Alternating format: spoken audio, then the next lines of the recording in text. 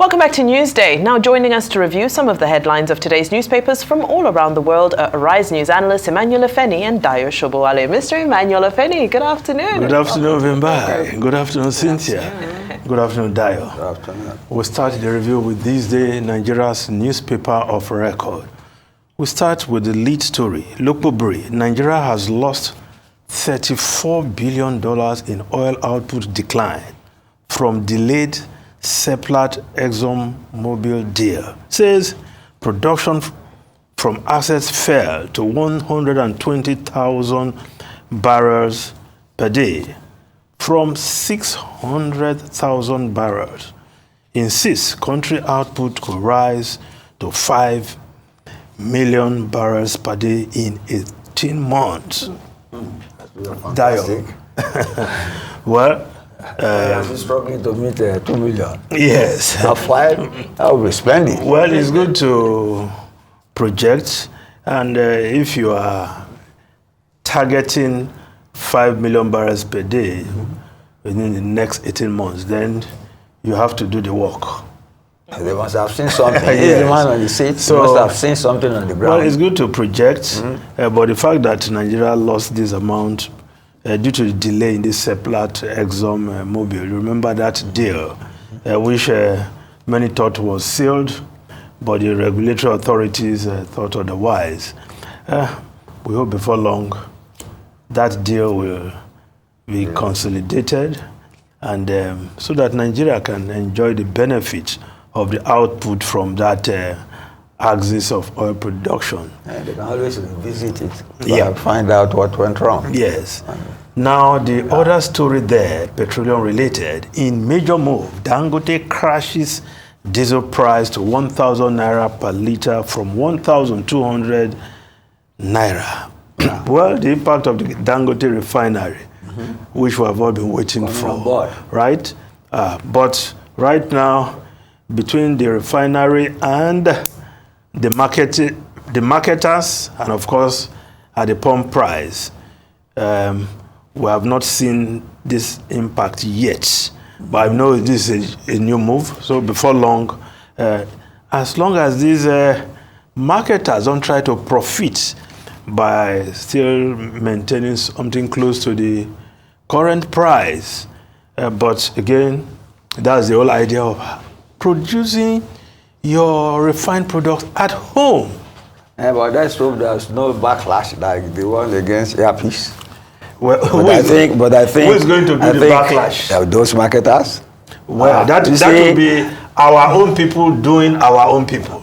Of course. That's why it's a backlash. Yeah, so they shouldn't. Hopefully, but I'm sure Dangote will be able to handle them because of his stature in the industry. Yes, but it won't be a Goliath versus David issue like with earpiece. Yes, but we also hope that there could be a backlash. The authorities, because it's not just, you don't leave everything to Dangote. If Dangote has done his part at the refinery where the marketers leave the fuel, it is selling for 1,000. So between there and the pump where we go and buy, I think there should be some intervention there to ensure that people don't try to profiteer. That is the word. People don't try to profiteer because they think people are used to 1,700 per liter. So if we bring it to 1,004, even though it's being given to them at 1,000 at the refinery. So these are some of the issues. This is an industry whose main identity is profiteering. So you bet they will react, and we call it that we say demand and supply, and market forces are in charge. Well, you can be sure they will react. Okay. Well, why Dangote is doing its bits? The government-owned refinery run by NNPCL, according to Daily Trust newspaper, Port Harcourt refinery yet to take off as deadline elapses. Missed targets characterize previous restart dates. Regulatory compliance test ongoing at NPCL. Remember, it was well reported when the CEO, Mel Carey, the CEO of NNPCL, told Nigerians on the 14th of March that in 2 weeks' time, petroleum products will start flowing from the Port Harcourt refinery after all the fits and starts. I even calculated it that 14 days will be on the 28th of March. And of course, it never happened. Well, we just hope, because we have 4 refineries in this country. We have the Dangote refinery. And there are other modular refineries. If all these refineries are working, then there will be competition. And of course, the consumer will be better for it, right? But NMPCL, well, still need to do a lot. They are still talking of just one of the refineries. That's where they have put in so much money. We have not talked about the other 3, because there are 2 in Port Harcourt, 1 in Warri, 1 in Kaduna, built over time, and they've become cost centers without producing anything. Well, the Business Day newspaper reporting Naira hits 1,000 Naira to the dollar as market awaits clues from CBN. Foreign reserves fall to 32.29 billion Naira, lowest since September 2017. Well, now you want to ask where the central bank is getting the forex to shore up the Naira, as it were. Well, that's why people are worried that it's not sustainable. How so will this the foreign reserve is taking the hit and is the lowest right now since 2017. But the government has to do something. The central bank has to do what it has to do. Want to believe that they know what they are doing. And before long, we'll see the impact of all these policies. Dio. Go on. I want to hear your own. You don't like talking about the Naira. You see, we dwell a lot on economic matters. Yes. Yes.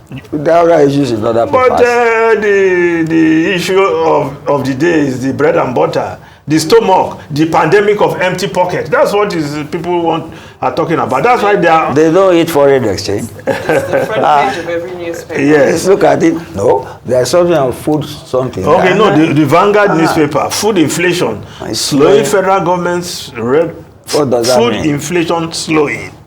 Federal government revenue rises. Wale the Minister of Finance and Coordinating Minister for the Economy. There's a comma there. Yes, food inflation is slowing down. That's what he's saying. Although we are not feeling it yet in the market. Target more foreign investment inflow. IMF raises forecast for Nigeria's economic growth to 3.3%.